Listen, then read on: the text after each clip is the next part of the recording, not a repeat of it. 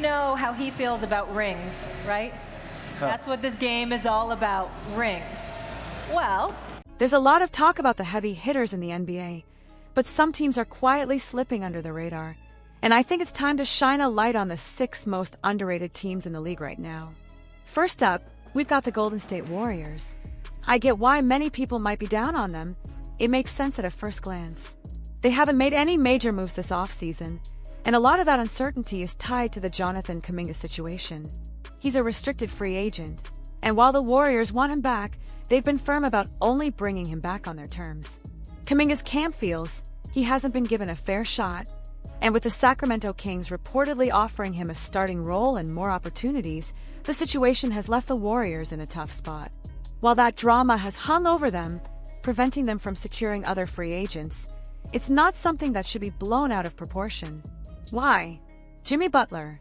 His mid-season arrival last season completely changed the Warriors' dynamics.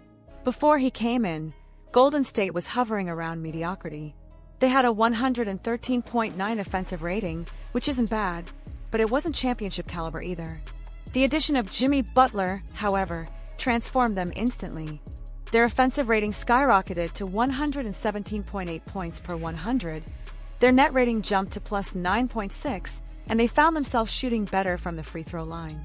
But the real magic happened when Jimmy and Steph Curry shared the floor.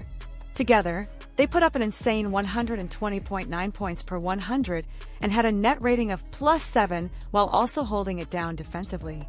Jimmy gave Steph something he hasn't had since the days of Kevin Durant, a legitimate secondary star who can take the pressure off, handle the ball, and lock down defensively. This partnership allowed Steph to do what he does best, dominate with off-ball movement, while Jimmy, a savvy playmaker, got in the ball when needed. It's a seamless fit, and with just 29 games together, their chemistry was already undeniable. To top it off, Golden State went 23-7 with Jimmy in the lineup. That isn't a fluke. Jimmy Butler filled the gaps they needed: defense, shot creation outside of Steph. But this all started Who doesn't have issues with me? because LeBron also had some issues as well. On his Mind the Game podcast, they were discussing ring culture and how the stakes are very different, Stephen. And the ability to get to the line, all without stepping on Steph's toes. That's rare in today's NBA. So, with Jimmy and Steph already showing what they can do together, I don't believe the Warriors need to chase after big names. They've got their core, and now they just need to surround them with the right pieces. Draymond Green is still doing the dirty work, and Moses Moody, Buddy Hield, and Brandon Pachke gave them solid minutes last season.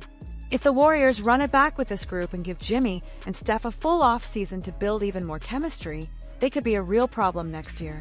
Their system is proven and polished, and with Jimmy in the mix, he not only brings some of what Durant gave them offensively, but he also offers that defensive presence and playmaking that they've lacked since the days of Andre Iguodala. The Warriors are underrated because people are still skeptical about their success, but they could be poised for another deep playoff run, especially if they make the right moves with Kaminga. However, if they let him walk, they would have more cap space, but would miss out on free agents. Next, we need to talk about the Milwaukee Bucks, who are also incredibly underrated. After the drama surrounding Damian Lillard's departure and the signing of Miles Turner, people had a lot to say. A lot of critics believe the Bucks made a mistake by letting Lillard go and not opting for another superstar. But the reality is that this wasn't about making the perfect choice. It was about making the right choice given the circumstances. Lillard was never coming back, and with Brook Lopez already headed to the Clippers, the Bucks needed to address the glaring hole at center. Signing Miles Turner wasn't just smart, it was essential. Turner's ability to protect the rim, space the floor, and play with pace makes him the perfect fit next to Giannis. And this is important because the Bucks' identity is shifting. Without Lillard, they actually started looking much better toward the end of last season. They won 8 straight games, with Giannis taking over as a point forward, surrounded by shooters. The offense was simple: give Giannis the ball, let him collapse the defense, and kick it out to an open shooter. It was fast, it was effective, and now Coach Doc Rivers has confirmed that the plan is to speed up the game, spread the floor, and let Giannis attack. Turner fits perfectly in this new system, offering rim protection and floor spacing. Some fans still complain about the $22.5 million Milwaukee will be paying for Lillard over the next 5 years. For NBA players versus NFL players. Let's take a listen. But no one seems to be noticing the value they've managed to acquire. For just $20 million, the Bucks have Kevin Porter Jr., Gary Trent Jr., AJ Green, Jericho Sims, Ryan Rollins, and Cole Anthony locked in. This is an incredible bargain, especially when you consider that there are 89 players in the league making more than $20 million next season. You've got guys like Tobias Harris, KCP, and Terry Rozier all making more, but the Bucks are getting a lot of talent for just a fraction of that price. Gary Trent Jr. played an important role last season, especially as a three-point shooter and defender, while Kevin Porter Jr. has the skills to be a great fit next to Giannis. His mid-range game, off-ball movement, and ability to operate in the pick and roll make him a valuable addition. AJ Green, a sniper from three, and Jericho Sims, a versatile defender at center, bring more depth to the roster. Ryan Rollins and Cole Anthony add further youth and energy to an already deep squad. The Bucks now have a lot more depth than people realize, and if they can put it all together, they could be more dangerous than ever before. As much as we're talking about the Bucks, another underrated team that people often overlook is the Denver Nuggets. Yes, we all know they're good, but a lot of people expect good, not great, not title favorites, and certainly not the best team in the NBA. But I truly believe the Nuggets might just end up being the best team in the league next season. They didn't make flashy moves this offseason, but they targeted exactly what they needed: depth. Denver's bench unit was one of their biggest weaknesses last year. When Jokic was on the floor, the Nuggets had a net rating of nearly 11, but when he sat, that number plummeted to a staggering minus 31.1. That's a 42-point swing, and it was a massive problem in the playoffs.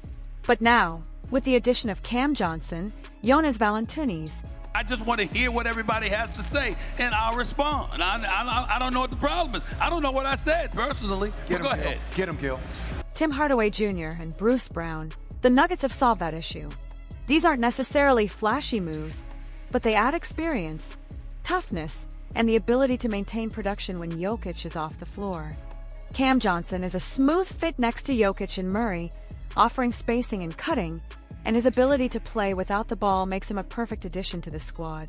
Aaron Gordon made a huge leap offensively last season, shooting 44% from three and 48% from the corners, which flew under the radar. He's an elite defender and a crucial piece to the Nuggets' success. Christian Brown, another key contributor, saw his production double last season, and if he can keep improving, Denver's starting five could be the best in the league. Jamal Murray, as we all know, steps up in the playoffs, and with this improved depth, I'm expecting the Nuggets to not just be good, but to be the best team in the league. Moving on, the Detroit Pistons are another team that's being seriously underrated. Some people say they didn't get better this offseason, but I couldn't disagree more. This team has taken a massive leap, and the addition of Duncan Robinson and Karis LeVert are huge. But it all starts with Cade Cunningham. Last season, when fully healthy, Cunningham was incredible. He averaged 26.1 points, 6.1 rebounds, and 9.1 assists per game on 47% shooting. He led the Pistons to triple their win count from the previous season and even made the playoffs. Cade isn't just a promising player, he's an elite talent who's still growing. The Pistons also get a huge piece back in Jaden Ivey, who was injured for most of last season. Before going down, Ivey was putting up 17.6 points and 4.1 rebounds per game. His combination of speed, bounce, and ability to break down defenses gives the Pistons one of the most dangerous young guard duos in the league. They've also got a strong defensive core in Jalen Duren, Isaiah Stewart, and Asar Thompson. These players bring physicality and defensive versatility that could help the Pistons make a real leap. Despite the competition in the East, I wouldn't be surprised to see the Pistons win 50 games this season. You said wrong. I didn't see your response, but for me, we have too many talented players that come through this league that are championship worthy. Their youth, depth, and postseason experience are all ingredients for success. Finally, the Los Angeles Clippers are another team flying under the radar. While all the attention has been on the Lakers, the Clippers have quietly built one of the most dangerous rosters in the league. They've signed key players like Brook Lopez, re-signed James Harden, and added John Collins via trade. Bradley Beal's acquisition is one of the most underrated moves of the offseason. While Beal didn't quite fit in Phoenix, he now has a chance to be the top scoring option in LA. With Harden facilitating, Beal will have the opportunity to thrive with less pressure and more opportunities to score. The Clippers' front court, featuring Zubac, Lopez, and Collins, provides elite depth at center and power forward. With Kawhi Leonard still a top player, the Clippers' roster is deep and well-balanced. If they can stay healthy, the Clippers could be a serious threat in the West. The injury concerns, particularly with Kawhi and Harden, are the only major red flags. Still, despite the uncertainty, I believe the Clippers are being overlooked. They've built a super team in silence, and I expect them to be better than the Lakers next season. Lastly, the San Antonio Spurs may not come to mind when you think about title contenders, but they're poised for a big leap. Victor Wembanyama is already a force, and with the addition of De'Aaron Fox and other key rookies like Dylan Harper and Carter Bryant, the Spurs are building something special. Wembanyama and Fox complement each other perfectly, and the rookies could contribute right away. The Spurs might not be playoff bound this season, but in 2 to 3 years, they'll be a team to watch closely.